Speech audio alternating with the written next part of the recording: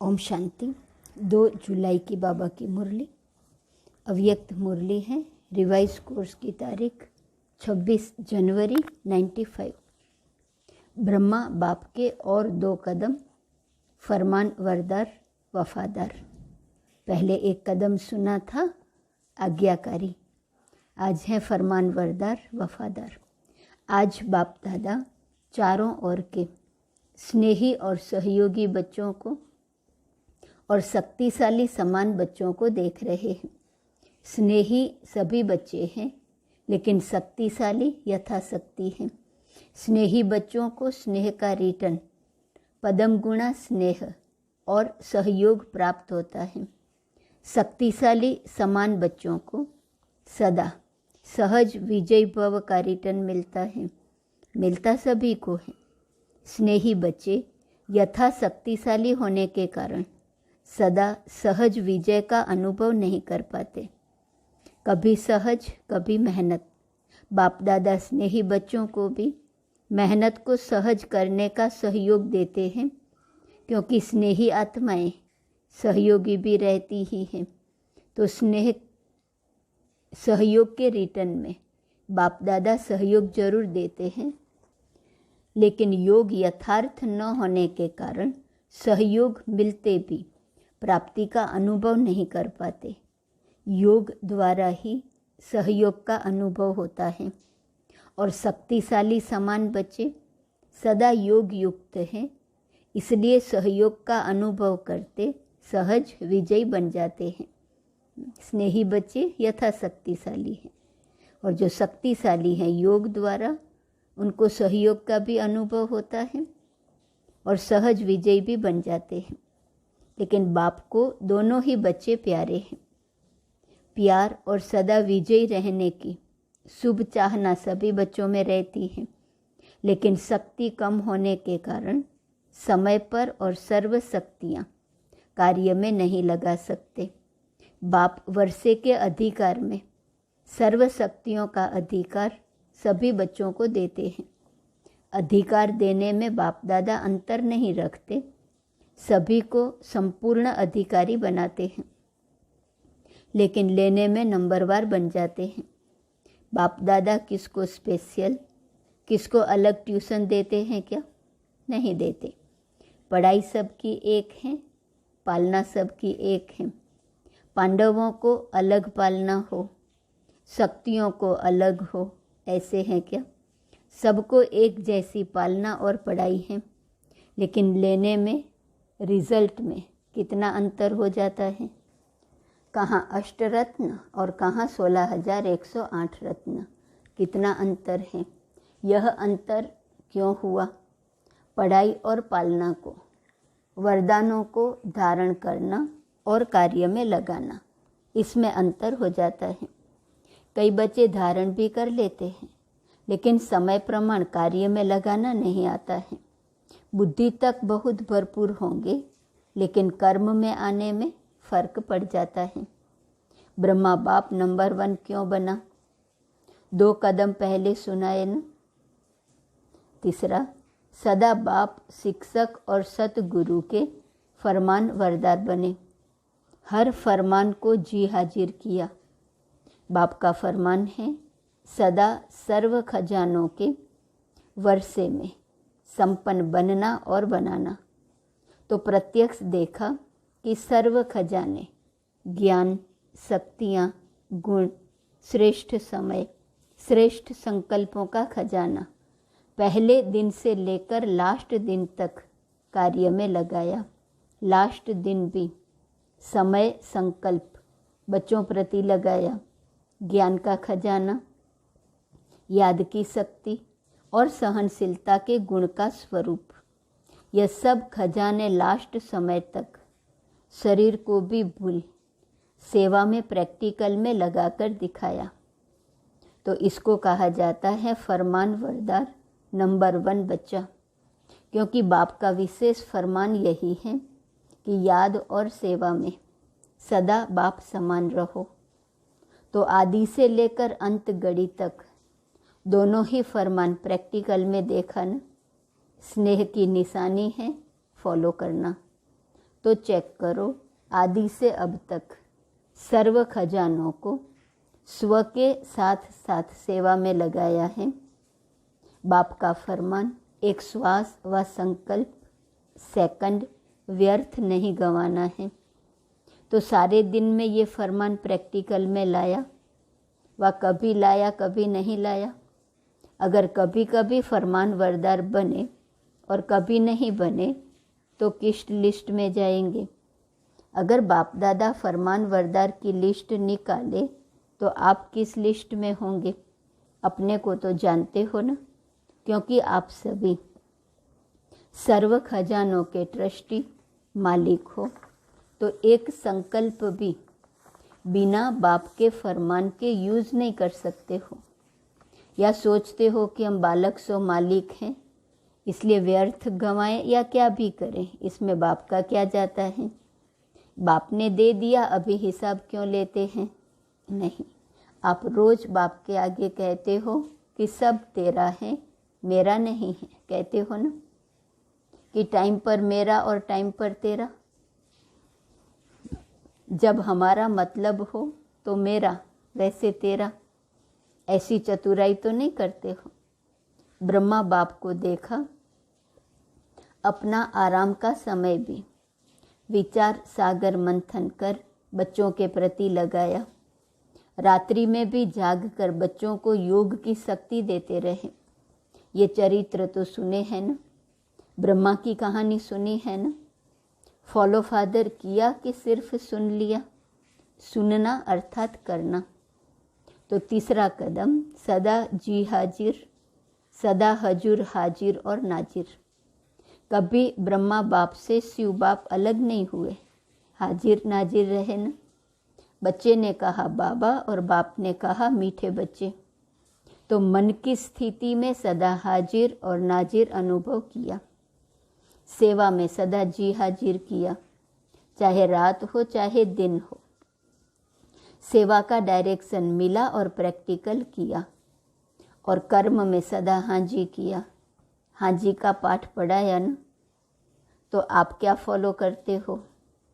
कभी हाँ जी कभी ना जी तो नहीं करते। तो प्यार का सबूत दिखाओ।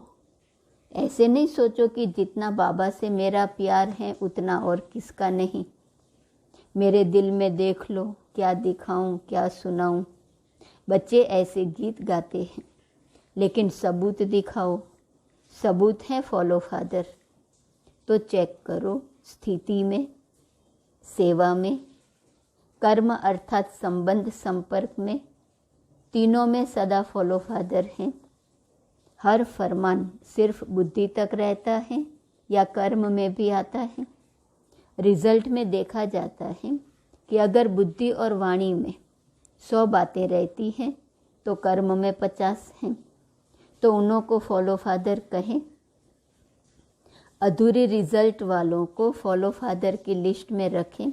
आप क्या समझते हैं, वे फरमान वरदार हैं कि आप आधे में राजी हैं? थोड़ा थोड़ा अंतर पसंद है?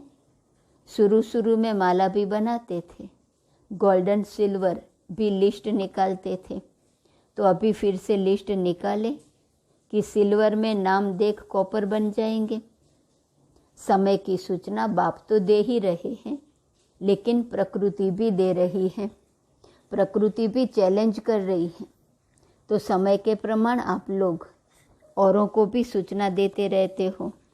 भाषणों में सबको कहते हो कि समय आ गया है, समय आ गया है। तो अपने को भी कहते हो या सिर्फ दूसरों को कहते हो? दूसरों को कहना तो सहज होता है ना। तो स्वयं भी ये चैलेंज स्मृति में लाओ। समय के प्रमाण अपने पुरुषार्थ की गति क्या है? बाप दादा एक बात पर अंदर ही अंदर मुस्कुराते रहते हैं। किस बात पर मुस्कुराते हैं जानते हो? एक तरफ मेजॉरिटी बच्चे कभी कभी 1 सेकंड ये सोचते हैं कि समय प्रमाण पुरुषार्थ में तीव्रता होनी चाहिए, और दूसरे तरफ जब माया अपना प्रभाव डाल देती है तो दूसरे सेकंड ये सोचते हैं कि यह तो सब चलता ही है, ये तो महारथियों से भी परंपरा चला आता है।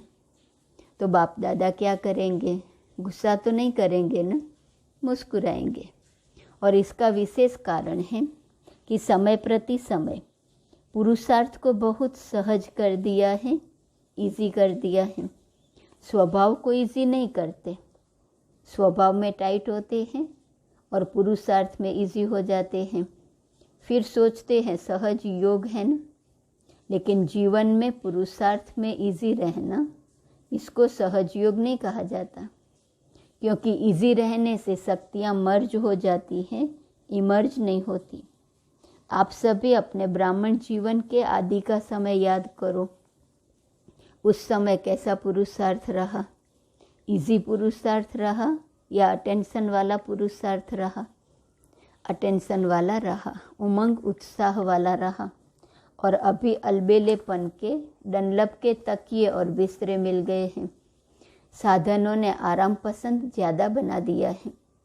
तो अपने आदि के पुरुषार्थ, आदि की सेवा और आदि के उमंग उत्साह को चेक करो। क्या था? आराम पसंद थे? नहीं। और अभी थोड़ा थोड़ा है। साधन सेवा के प्रति है, साधन स्वयं को आराम पसंद बनाने के लिए नहीं है। तो अभी डनलप का तकिया और बिस्तरा निकालो। पटरानियाँ बनो, पटराने बनो। भले पलंग पर सो, लेकिन स्थिति पटराने की हो। देखो, आदि सेवा के समय में साधन नहीं थे, लेकिन साधना कितनी श्रेष्ठ रही। जिस आदि की साधना ने ये सारी वृद्धि की है, तो साधना के बीज को विस्तार में छिपा नहीं दो। जब विस्तार होता है तो बीज छिप जाता है। तो साधना है बीज, साधन है विस्तार। तो साधना का बीज छिपने नहीं दो। अभी फिर से बीज को प्रत्यक्ष करो। बाप दादा ने इस सीज़न में काम दिया था, लेकिन किया नहीं। याद है क्या दिया था? कि कॉपियों में है। काम दिया था कि बेहद के वैराग वृत्ति पर स्वयं से भी चर्चा करो और आपस में भी चर्चा करो। और प्रैक्टिकल में इस साधना के बीज को प्रत्यक्ष करो। तो किया कि एक दिन सिर्फ डिबेट कर ली, वर्कशॉप तो हो गई, लेकिन वर्क में नहीं आई। तो वर्तमान समय के प्रमाण अभी अपनी सेवा व सेवा स्थानों की दिनचर्या बेहद वैराग वृत्ति वाली बनाओ। अभी आराम की दिनचर्या मिक्स हो गई है। ये अलबेलापन शरीर की छोटी छोटी बीमारियों के भी बहाने बनाता है। पहले भी तो बीमारी होती थी ना, लेकिन सेवा का उमंग बीमारी को मर्ज कर देता है। जब कोई आपके दिल पसंद सेवा होती है तो बीमारी याद आती है। अगर आपको इंचार्ज बहन कहे नहीं आपकी तबीयत ठीक नहीं है, दूसरे को करने दो, तो करने देंगे। उस समय बुखार व सिर दर्द कहाँ चला जाता है।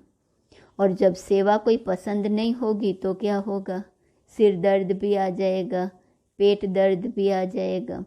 सुनाया है ना कि अगर बहानेबाजी में बुखार कहेंगी तो टीचर कहेंगे कि थर्मोमीटर लगाओ, लेकिन पेट दर्द और सिर दर्द का थर्मोमीटर तो है ही नहीं। मूड ठीक नहीं होगा और कहेंगे पेट दर्द है। तो ये अलबेलेपन के बहाने हैं। बेहद की वैराग वृत्ति मर्ज हो गई है और बहानेबाजी इमर्ज हो गई है। बाप दादा देख रहे थे कि सभी बच्चे बहुत स्नेह से मधुबन में पहुंच गए हैं, तो स्नेह तो दिखाया, उसकी मुबारक हो। बाप दादा को भी बच्चों की खुशी देखकर खुशी होती है, लेकिन आगे क्या करना है? सिर्फ मधुबन तक पहुंचना है या स्नेह का सबूत दिखाने के लिए फरिश्ते रूप में वतन में पहुंचना है? क्या करना है? मधुबन में पहुँचे उसकी मुबारक है, लेकिन फरिश्ता बन वतन में कब पहुँचेंगे? चलते फिरते आप सभी को फरिश्ता ही देखें। बोल चाल, रहन सहन सब फरिश्तों का बन जाए। और फरिश्ते का अर्थ है ही डबल लाइट। तो दिनचर्या में लाइट नहीं बनना है, लेकिन संबंध संपर्क में स्थिति में लाइट। तो लाइट बनना आता है कि बोझ खींचता है? बाप दादा स्नेह का सबूत देखना चाहते हैं और जब स्नेह का सबूत देंगे तो आपको तालियां बजाने की ज़रूरत नहीं पड़ेगी, लेकिन माया भी तालियां बजाएंगी। वाह विजयी वाह, प्रकृति भी ताली बजाएंगी। तो अभी कुछ परिवर्तन करो। अभी स्वयं को स्नेह के साथ शक्तिशाली बनाओ। स्वयं के परिवर्तन में शक्ति रूप बनो। सहज योगी करके अलबेलापन नहीं लाओ। बाप दादा देखते हैं कि स्वप्रति चाहे सेवा प्रति, चाहे औरों के संबंध संपर्क प्रति अलबेलापन ज़्यादा आ गया है। ऐसे नहीं सोचो कि सब चलता है। एक दो को कॉपी नहीं करो, बाप को कॉपी करो। दूसरों को देखने की आदत थोड़ी ज़्यादा हो गई है। अपने को देखने में अलबेलापन आ गया है। बाप दादा ने सुनाया था ना कि नज़दीक की नज़र कमज़ोर हो गई है और दूर की नज़र तेज हो गई है। तो अभी क्या करेंगे? सीज़न का फल क्या देंगे कि सिर्फ बाप आया, मिला, मनाया, मुरली सुनी, ये फल है। हर सीज़न का फल होता है ना। तो इस सीज़न का फल बाप दादा को क्या भोग लगाएंगे? भोग लगाते हो तो फल भी रखते हो ना, वो तो बाज़ार में मिल जाता है, कोई बड़ी बात नहीं।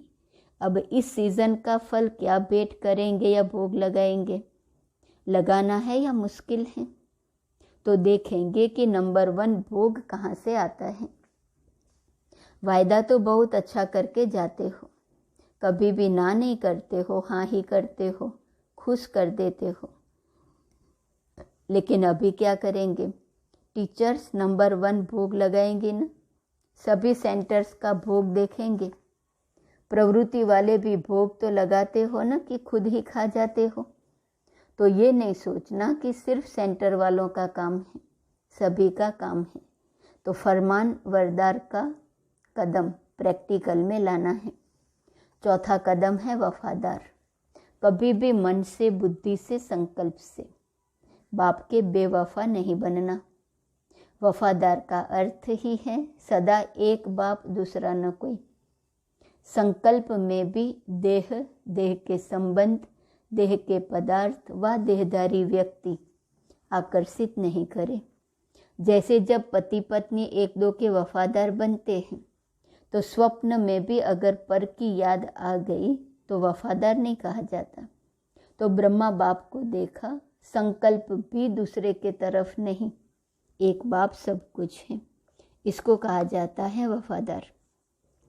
अगर पदार्थ की भी आकर्षण है, साधनों की भी आकर्षण है, तो साधना खंडित हो जाती है, वफादारी खंडित हो जाती है। और खंडित कभी भी संपन्न पूज्य नहीं गाया जाता है। तो चेक करो कि संकल्प में भी कोई आकर्षण बेवफा तो नहीं बना देती। अगर जरा भी किसी के प्रति विशेष झुकाव है, थोड़ा भी पर्सनल झुकाव है, चाहे गुण के ऊपर, चाहे सेवा के ऊपर, चाहे अच्छे संस्कारों के ऊपर भी अगर एक्स्ट्रा प्रभावित हैं, तो वफादार नहीं कहा जाएगा। सबकी विशेषता, बेहद की विशेषता पर आकर्षित है, वो दूसरी बात है।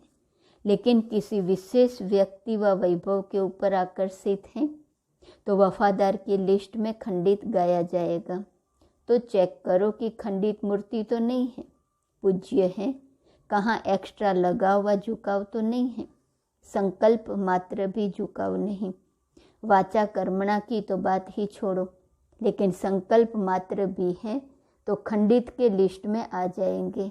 तो चेक करना आता है ना।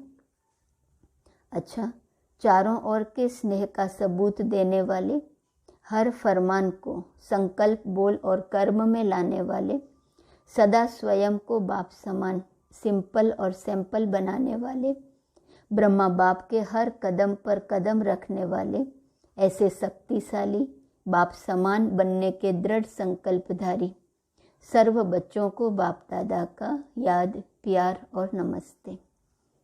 वरदान: साक्षीपन की स्थिति द्वारा हीरो पार्ट बजाने वाले सहज पुरुषार्थी भव। साक्षीपन की स्थिति ड्रामा के अंदर हीरो पार्ट बजाने में सहयोगी बनती है। अगर साक्षीपन नहीं तो हीरो पार्ट बजा नहीं सकते। साक्षीपन अर्थात देह से न्यारे, आत्मा मालिकपन की स्टेज पर स्थित रहे। देह से भी साक्षी मालिक, इस देह से कर्म कराने वाली ऐसी साक्षी स्थिति ही सहज पुरुषार्थ का अनुभव कराती है, क्योंकि इस स्थिति में किसी भी प्रकार का विघ्न व मुश्किलात नहीं आ सकती। यह है मूल अभ्यास। इसी अभ्यास से लास्ट में विजयी बनेंगे।